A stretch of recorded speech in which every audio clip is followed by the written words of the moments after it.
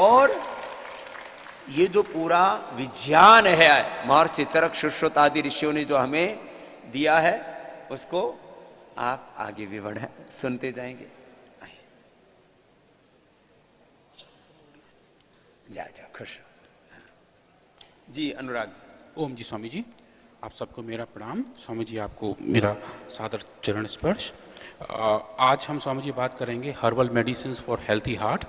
और जो हार्ट की मेजर प्रॉब्लम्स हैं उनमें से एक सबसे बड़ी है कार्डियक हाइपरट्रॉफी। और हाइपरट्रॉफी का मतलब होता है कि जो कार्डियक सेल्स हैं जिनको कार्डियोमायोसाइट कहा जाता है उनके साइज़ में बड़ा होना। स्वामी जी तो कार्डियोमायोसाइट समझिए बिल्कुल एक छोटे से बेलन की तरह होती हैं, या जो लोग गिल्ली डंडा खेले हैं स्वामी जी, जो गिल्ली होती है गिल्ली डंडे की, गिल्ली की तरह एक कार्डियोमायोसाइट होती है। तो अगर वो कार्डियोमायोसाइट का उस गिल्ली का साइज बड़ा हो जाता है तो हार्ट के अंदर सूजन सी आ जाती है, हार्ट थोड़े भारी भारी हो जाते हैं। और जब दीवार हार्ट की मोटी हो जाती है तो वो खून का प्रवाह कम कर देती है, जिसकी वजह से बहुत सारी और प्रॉब्लम शुरू हो जाती है। और इंडिया में लगभग 20 लाख लोग कार्डियक हाइपरट्रॉफी से पीड़ित हैं, और इसका जो ट्रीटमेंट्स हैं वो भी सब सिम्टोमेटिक ही हैं। तो अगर हम हाइपरट्रॉफी को देखें तो स्वामी जी ये दो तरीके से हो सकता है। एक तो फिजियोलॉजिकल होता है, जैसे हम अगर बहुत लंबी एक्सरसाइज करें या बहुत लंबा योगा करें, एक्सरसाइज करें, ट्रेडमिल पे भागें, तो भी हाइपरट्रॉफी होती है, पर वो अच्छी वाली हाइपरट्रॉफी होती है। इसमें स्वामी जी समझने की बात यह है कि जो हम जिस गिल्ली की बात कर रहे थे, अगर वो गिल्ली लंबाई में बढ़ रही है, चौड़ाई में नहीं बढ़ रही है, तो वो अच्छी वाली हाइपरट्रॉफी है, वो रिवर्सिबल होती है और हार्ट को पावर देके वापस नॉर्मल आ जाती है। पर अगर वो गिल्ली बीच में मोटाई में बढ़े और गिल्ली से बेलन बन जाए तो तब थोड़ी दिक्कत बढ़ जाती है, और उसकी वजह से एक पैथोफिजियोलॉजिकल हाइपरट्रॉफी हो जाती है। और वो हाइपरट्रॉफी बहुत सारी बीमारियों का जन्म देती है, जिनमें एक डिस्पिनिया है, मतलब सांस लेने में दिक्कत, एंजाइना पेक्टोरिस, सीने का दर्द शुरू हो जाता है, एक्सरसाइज नहीं किया जाता, सांस फूलती है, पैल्पिटेशंस होते हैं, चक्कर आ जाते हैं, लोग गिर भी जाते हैं, और हाथ पांव में सूजन आ जाती है। इन सब का कारण पैथोफिजियोलॉजिकल हाइपरट्रॉफी है, जहाँ पे सेल्स की मोटाई बढ़ जाती है, लंबाई उतनी की उतनी रहती है।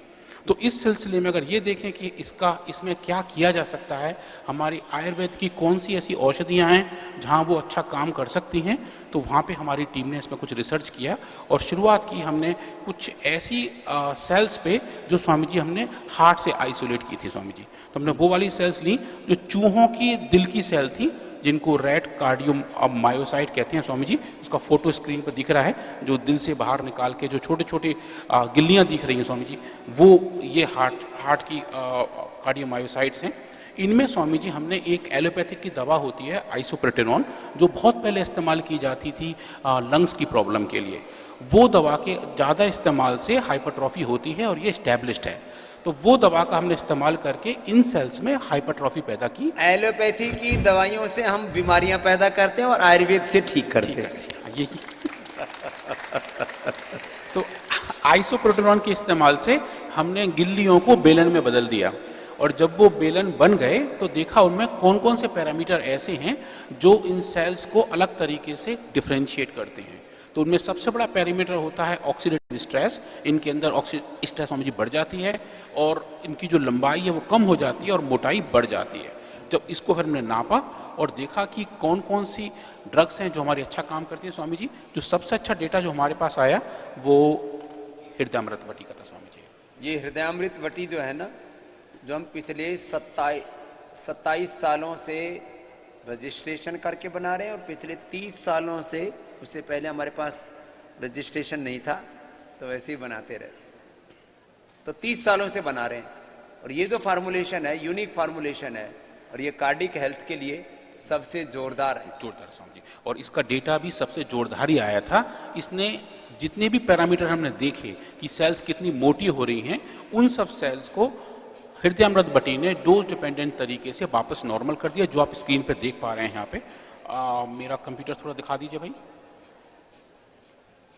हाँ, तो जो सेकंड वाला ब्लॉक है जिसमें ग्रीन कलर के आपको मार्क दिख रहे हैं वो सब सूजी सेल्स हैं।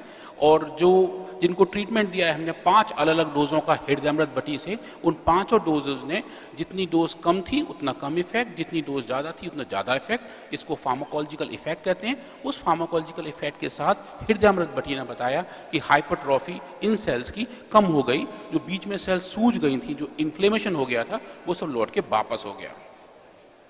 इसके साथ साथ जब हम बात करते हैं ऑक्सीडेटिव स्ट्रेस की, तो इसके अंदर बहुत सारे ऑक्सीडेटिव सुपर ऑक्साइड पैदा हो जाते हैं। तो उन सुपर ऑक्साइड को भी हमारी टीम ने बायोकेमिस्ट्री के साथ से नापा और बताया कि ये जो सुपर ऑक्साइड जनरेशन है उसका काम भी हृदयामृत बटी ने डोज डिपेंडेंस तरीके से कम किया। अब समझिए एक बहुत अच्छी बात है वो ये है कि चूंकि हार्ट ही हमारा एक ऐसा ऑर्गन है जो हर वक्त काम करता रहता है, चाहे सो रहे हों, चाहे जग रहे हों या भाग रहे हों, योगा कर रहे हो या फिर प्राणायाम कर रहे हो, हर वक्त हार्ट की बीटिंग चलती रहती है। तो चूंकि ये मसल्स हमेशा काम कर रहे हैं, इन्हें हर वक्त ऊर्जा की जरूरत पड़ती है। और एक सेल का जो पावर हाउस है स्वामी जी, उसको माइटोकॉन्ड्रिया कहते हैं। तो कार्डियोमायोसाइट के अंदर, दिल की सेल्स के अंदर लगभग 30% मास जो है वो माइटोकॉन्ड्रिया का होता है। तो जब माइटोकॉन्ड्रिया इतनी ज़्यादा है क्योंकि उन्हें बार बार ऊर्जा देना होता है, तो जो माइटोकॉन्ड्रिया का कंसंट्रेशन है उन सेल्स में ज़्यादा होता है, और जो डैमेज भी सेल्स में आते हैं स्वामी जी वो भी माइटोकॉन्ड्रिया के लेवल पर ही आते हैं।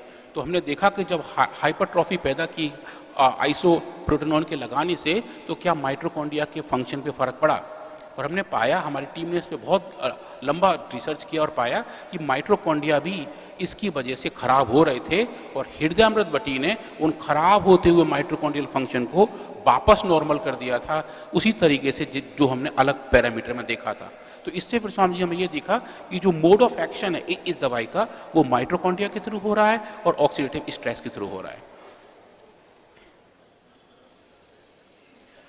स्वामी जी इस रिसर्च को हमने फाइटोमेडिसिन प्लस में पब्लिश किया, वो पेपर का कॉपी सामने है, जिनको भी इंटरेस्ट होगा वो इसको वहाँ जाके पढ़ भी सकते हैं। और स्वामी जी इसी पेपर में हमने काम इस पे भी किया था अर्जुन क्वाथ के ऊपर। ये अर्जुन क्वाथ और दालचीनी जो आपको देते हैं और इसका दिन भर पानी पिलाते हैं, हार्ट के रोगियों को अर्जुन का क्वाथ का, पेट के रोगियों को सर्वकल्प का, अस्थमा के रोगियों को दिव्यपेय का, स्वासारी का, पंचकोल का, पेट के रोगियों को जीरा धनिया सौंफ, और जिनको पंचामृत और जो है पित्तहर पे, ये जो अलग अलग चीज़ें आपको पिलाते हैं। मस्तिष्क के रोगियों को मैदा, जिनकी लो इम्यूनिटी है उनको इम्यूनोग्रिड का। तो इसके पीछे रिसर्च है।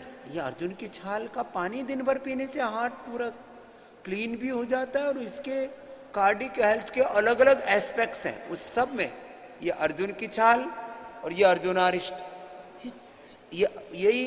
ये ज़्यादा इफेक्टिव हो जाता है, क्योंकि इसका ये एकदम से जाकर के डाइजेस्ट हो जाता है अंदर। तो ये तो अर्जुन क्वाथ को भी हमने इसमें टेस्ट किया, पर स्वामी जी हमने पाया हृदयामृत बटी का रेस्पॉन्स अर्जुन क्वाथ से थोड़ा सा बेटर था, क्योंकि इसमें और भी काफी सारी औषधियां हैं। वो एक्सट्रैक्ट है उसके अंदर इसका एक्सट्रैक्ट है स्वामी जी, और काफी सारी और भी औषधियां भी हैं। दूसरी औषधियां भी हैं। तो ये दोनों इफेक्ट काफी अच्छे पाए गए और ये हमने दोनों पब्लिश किए। अब जैसे कि हम लास्ट टाइम भी बात किए थे स्वामी जी कि जब सेल लाइन ट्रायल पूरा कर लेते हैं तो फिर हमें कुछ एक्सपेरिमेंट एनिमल्स में करके दिखाने होते हैं कि एनिमल्स में इफेक्ट कैसा आ रहा है, कि हम कोई डिजीज मॉडल बना सकते हैं। तो स्वामी जी इस बार भी हमने जीब्रा फिश को यूज़ किया, और जीब्रा फिश के अंदर कार्डियो हाइपरट्रॉफी पैदा की, और इस बार दूसरा कोई एक एलोपैथिक का दवाई यूज़ की। एक एंटीबायोटिक है स्वामी जी, इरिथ्रोमाइसिन। इरिथ्रोमाइसिन बहुत कॉमन एंटीबायोटिक है, पर उसके भी लंबे समय के इस्तेमाल से कार्डियक हाइपरट्रॉफी होती है, जो वेरी वेल रिपोर्टेड है। तो हमने इस बार एरिथ्रोमाइसिन का इस्तेमाल किया जीब्रा फिश के अंदर, और उनके अंदर हमने कार्डियक हाइपरट्रॉफी पैदा की। पर एक चीज़ अच्छी है स्वामी जी होल एनिमल्स में कि हम उनके कार्डियक फंक्शन नाप सकते हैं। हमने इन जीब्रा फिश की ईसीजी नापी स्वामी जी। तो ईसीजी इन मछलियों की नापी, वो बहुत इंटरेस्टिंग है, और उस ईसीजी के भी अच्छे हुए परिणाम। और मैं आपको ये दिखाता हूँ स्वामी जी। तो ये थोड़ा सा इंटरेस्टिंग, मैं चाहूँगा थोड़ा आप सब लोग उसको देखें। तो जैसे हम इंसानों को ट्रेडमिल पर दौड़ते हुए देखते हैं, पिछली बार हम बात किए थे चूहों का भी ट्रेडमिल होता है जिसपे चूहे दौड़ते हैं।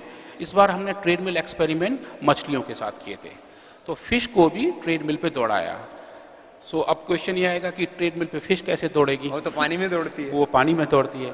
तो उसका स्वामी जी उल्टा इंतजाम किया था। एक ट्यूब के अंदर, जो आप लेफ्ट हैंड साइड में देख रहे हैं, उसमें फिश को रखा और उस ट्यूब के अंदर पानी की स्पीड बढ़ा दी।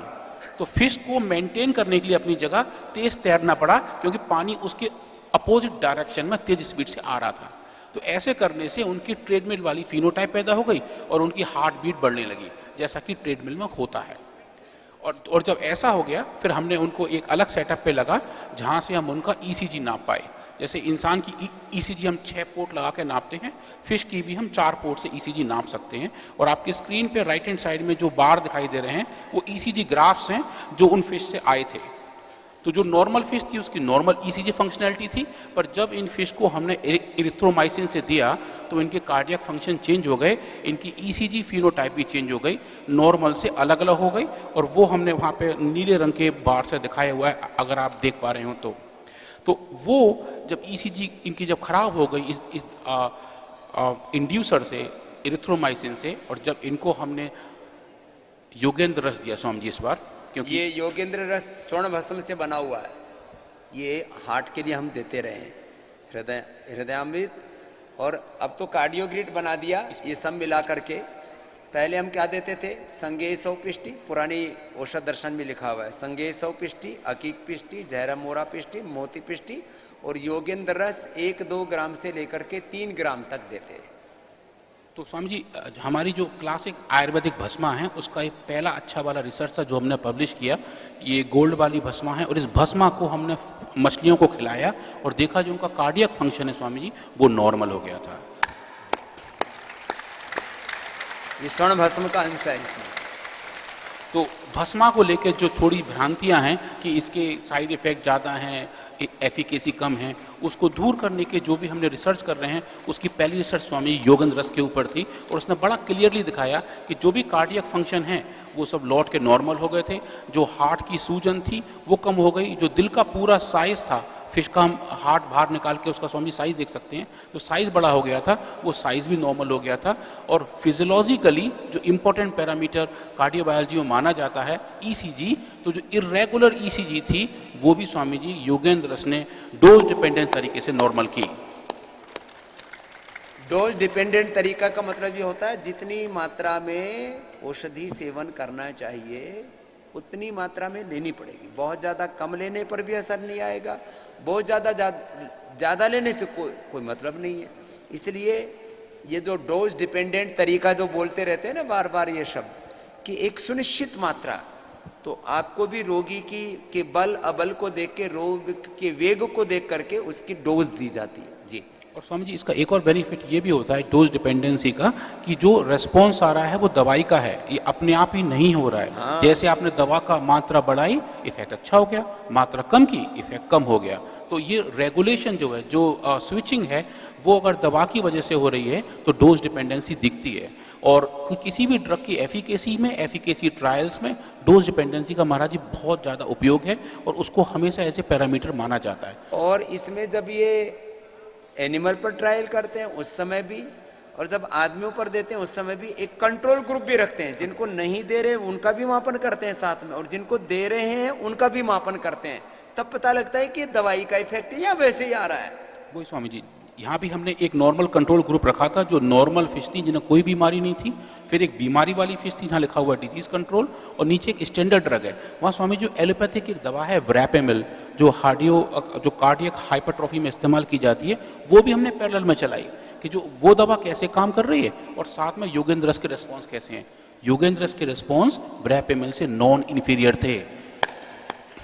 तो ये जो एलोपैथी की दवाओं का हवा खड़ा कर रखा है ना, तो हमने ये शुरू से एक प्रोटोकॉल बना रखा है कि साथ में एलोपैथी की दवाई भी चलाओ, उसका भी एक ग्रुप बनाओ, और आयुर्वेद की भी देखो। और उसमें से हमने आज तक जितने भी ट्रायल किए हैं, जो भी आपको liver, kidney, heart, brain, nervous system और आर्थराइटिस और अस्थमा आदि किसी भी चीज के लिए दवाई देते हैं, एलोपैथी की दवाओं से ज्यादा एफिकेसी आयुर्वेद की दवाओं की है। ये एक बात बता रहा हूं आपको। और उनके साइड इफेक्ट हैं, उनके कॉम्प्लिकेशंस हैं, एडवर्स इफेक्ट हैं, इसके एडवर्स इफेक्ट नहीं, और कुछ में तो है ही नहीं उनके पास। अब यहाँ तो जैसे कुछ तो थोड़ा बहुत तो है, अब जैसे कल लीवर के बारे में बताएंगे, वहां कुछ है ही नहीं। कुछ है ही नहीं महाराज जी, वहाँ स्वामी जी वो आयुर्वेदिक दवाइयाँ ही देते हैं उनके पास कोई और ऑप्शन होता नहीं है। एलोपैथी का डॉक्टर भी आयुर्वेद की दवाई देता है, लेकिन अभी भी कानून ये बना हुआ है कि एलोपैथी का जो डॉक्टर है वो आयुर्वेद की दवा प्रिस्क्राइब नहीं कर सकता। इस कानून को भी हम चैलेंज करेंगे और हिंदुस्तान में बदलवाएंगे। ये क्या बात हुई कि वो research and evidence based medicine है जो तुम जहर दे रहे हो, और जो आयुर्वेद का अमृत है उसको रिसर्च एंड एविडेंस मानते नहीं हो? तो इसका या तो सरकार से हम संसद में इसका कानून पास करवाएंगे या सुप्रीम कोर्ट से ऑर्डर लेकर के आएंगे, और हम आयुर्वेद को राष्ट्र ही नहीं पूरे विश्व में एविडेंस बेस्ड मेडिसिन के रूप में प्रतिष्ठा दिलाएंगे। ये है बड़ा काम।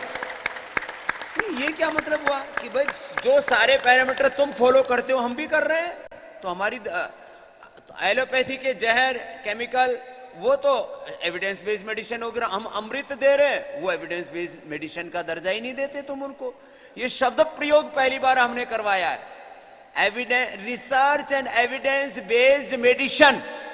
आयुर्वेद में इस शब्द का प्रयोग पहली बार पतंजलि के पीआरआई के हमारे डॉक्टर अनुराग जी और उनके नीचे के साइंटिस्ट पूज्य आचार्य भास्कर जी के पुरुषार्थ से काम हुआ है। नहीं बोले रिसर्च एविडेंस, जो पढ़े लिखे लोग हैं ना, आप जो हमें दवाई दे रहे हो इसके पीछे रिसर्च क्या है, एविडेंस क्या है?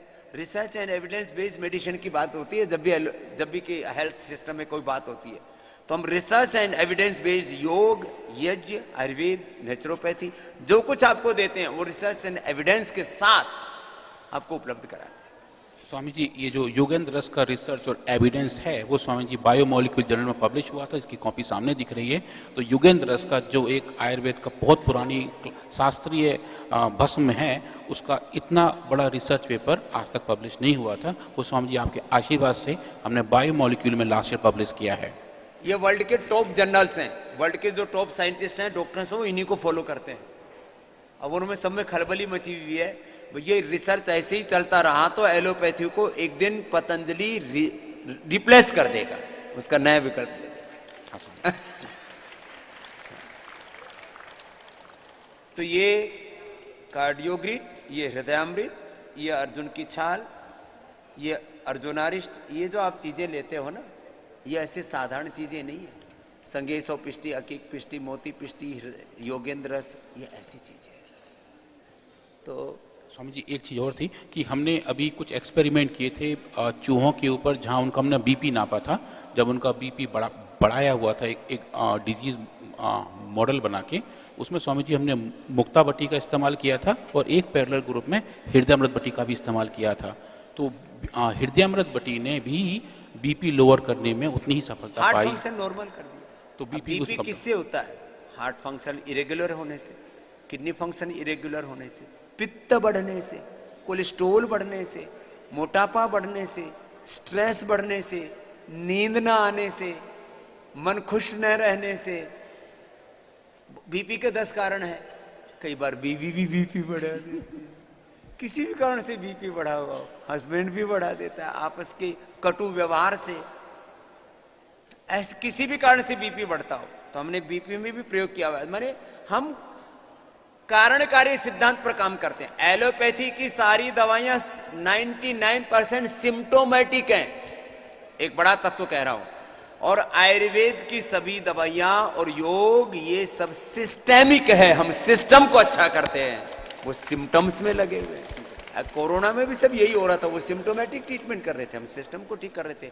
रेस्पिरेटरी सिस्टम, कार्डिक सिस्टम, आपका reproductive system, excretory system, digestive system, skeletal system, पूरा का पूरा सिंपैथेटिक पैरासिम्पैथेटिक सिस्टम पर काम करते हैं। कुछ लास्ट बात बता रहे हैं। इसके बाद स्वामी जी जो मेन चीज होती है केमिकल करेक्टराइजेशन, कि इन औषधियों में कौन कौन से फाइटोकेमिकल्स हैं और क्या वो हर एक बैच में कांस्टेंट आ रहे हैं, नहीं आ रहे हैं, वेरिएंस हैं या नहीं, क्योंकि क्वालिटी मैन्युफैक्चरिंग भी उतना ही जरूरी है जितनी एक दवाई की एफिकेसी। तो उसके लिए स्वामी जी हमने हर एक दवाइयों के कम से कम 20-20, 25-25 अलग अलग बैच लिए और उनका केमिकल वैलिडेशन किया और पाया कि हर एक बैच में कोई वेरिएंस तो नहीं है किसी दूसरे बैच के मुकाबले। कंपैरेटिव स्टडी की जो अलग अलग टाइम पे बने हुए हमारे बैचेस थे, और उसका कुछ का डेटा आप स्क्रीन पर देख पा रहे हैं कि जो मेन कंपाउंड्स हृदयमृत बटी में पाए गए, हमने 8 नए कंपाउंड रिपोर्ट किए, उनका फुल केमिकल वैलिडेशन किया और पाया कि इनका बैच टू बैच वेरिएंस बिल्कुल भी नहीं था, और जो भी था स्वामी जी बिल्कुल एक्सेप्टेबल में था। तो ये भी एक बात होती है, हम दवाई जब बनती है ना, तो जिन चीजों से दवाई बनाते हैं रॉ मटेरियल का पहले वैलिडेशन करते हैं, उसमें कितने एक्टिव कंपाउंड्स हैं, फिर उसके बाद जब बनती है तो बनने के बाद उस दवाई को लिया जाता है, फिर बनने के 4-6 महीने बाद उसका सैंपल उठाते हैं उसकी एजिंग मापने के लिए कि वक्त के साथ उसके औषधीय गुण घट तो नहीं रहे, मेडिसिनल वैल्यू उसकी कम तो नहीं हो रही है, उसकी एफिकेसी कम तो नहीं हो रही है। तो ऐसे कम से कम एक दवाई के कम से कम 3 से 5 बार हम टेस्ट करते हैं। और उसके भी स्वामी जी 25-30 अलग अलग बैच, हर एक बैच के 25-30 रिपीटिशन होते हैं स्वामी जी, और एक साल वाला भी डेटा हमारे पास है कि जो दवा आज बनी है, आज के 1 साल बाद उसमें कौन कौन से फाइटो कंपाउंड्स हैं और किस कंसंट्रेशन में है, उनकी सेफ्टी कैसी है, उसका कंसंट्रेशन कितना है और एफिकेसी भी कैसे आ रही है। हर एक बैच का एक सैंपल रखा जाता है, क्योंकि हमारे तरफ तो दूरबीन लगा करके पूरी दुनिया और हमारे विरोधी जो तत्व है ना, वो हमको काम करने में बड़ी मदद करते हैं कि हम सावधान होकर काम करें। एक तो एंटी नेशनल एलिमेंट, दूसरे एमएनसी, तीसरे जो हमारे इससे नफरत करते हैं, सैफरन नहीं चाहिए। क्यों नहीं चाहिए भाई? हमको तो किसी कलर से कोई घृणा नहीं, लेकिन भाई तुमको लाख घृणा हो, अब तो ये भगवा लहराएगा। बहुत लोगों को इसी से तकलीफ है, बोले स्वामी रामदेव काम तो बहुत अच्छा करता है, ये भगवा क्यों पहनता है? ये मेरे बाप दादों से मिला है मुझे, तेरे को क्या तकलीफ है? बहुत लोगों को इसी से तकलीफ है। तो जो सनातन संस्कृति के विरोधी हैं, भारत और भारतीयता के विरोधी हैं, उनको भी पेट में दर्द होता है।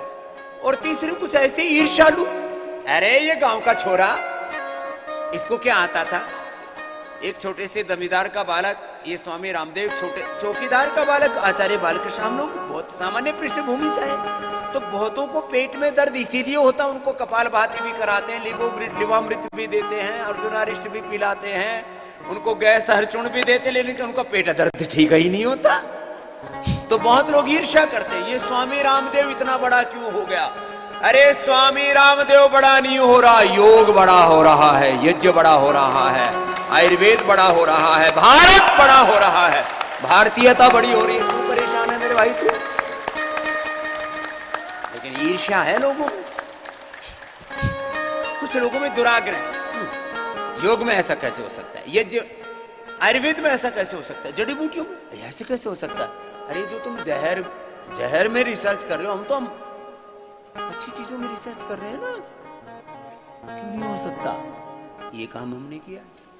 तो ये तो एक रिसर्च पेपर छोटा छोटा बताते रहते हैं, ऐसे इतना ही डाइजेस्ट होता है। तुमको इससे ज्यादा बता देंगे तो याद भी नहीं रहेगा। लास्ट कुछ बता रहे हैं। लास्ट चीज थी स्वामी जी इसकी सेफ्टी की, कि योगेंद्र चूंकि एक भस्मा है और लोगों के दिमाग में कुछ ऐसा था, इवन जहां हमने पेपर अपने भेजे थे स्वामी जी, उनके भी क्वारीज लौट के आए थे उन जर्नल्स के कि इसकी सेफ्टी के बारे में क्या कहते हो। तो स्वामी जी हमने इनके ऊपर सेफ्टी ट्रायल भी किया, चूंकि इस बार एक्सपेरिमेंट फिश के अंदर किए थे, तो हमने सेफ्टी का असेसमेंट, टॉक्सिकोलॉजी का असेसमेंट भी जीब्रा फिश में ही किया, और आदमी की डोज के स्वामी जी 28 गुना डोज तक हम लेके गए। 28 गुना तक डोज दी फिश के अंदर स्वामी जी, वो भी पूरे 1 महीने तक, और उन फिश की कोई भी कैसी भी एडवर्स फाइंडिंग नहीं पाई गई। स्पेशली हमने फोकस किया था किडनी फंक्शन पे, कि कहीं किडनी पे तो कोई दिक्कत नहीं है, जो लोग बात करते हैं किडनी खराब हो जाएगी, और किडनी में स्वामी कैसी फाइंडिंग नहीं। एलोपैथी की दवाओं से किडनी खराब हो रही है, एलोपैथी की दवाओं से लोगों का पेनक्रियाज खराब हो रहा है, डायबिटीज हो रही है। आयुर्वेद की दवा लेकर के मैं पूरे दुनिया में घूमा हूं, एक व्यक्ति नहीं मिला मुझे जिसकी किडनी खराब हुई हो, जिसका पेनक्रियाज खराब हुआ हो। स्वामी जी एलोपैथिक की एक बड़ी एंटीबायोटिक है वैंकोमाइसिन, उसका इस्तेमाल करके अभी हम चूहों की और सेल लाइंस के लेवल पे किडनी खराब कर रहे हैं एलोपैथी की दवाओं से किडनी खराब होगा और उसमें रीनोग्रिड को टेस्ट कर रहे हैं जो हमारी किडनी की नई दवा है।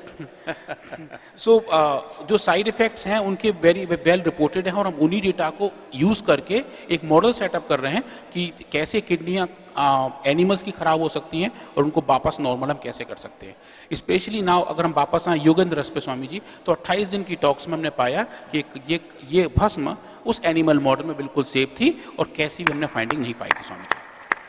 तो ये 2-3 बात कह करके अब सूर्य नमस्कार की तैयारी है आज के कक्षा के समापन की। आयुर्वेद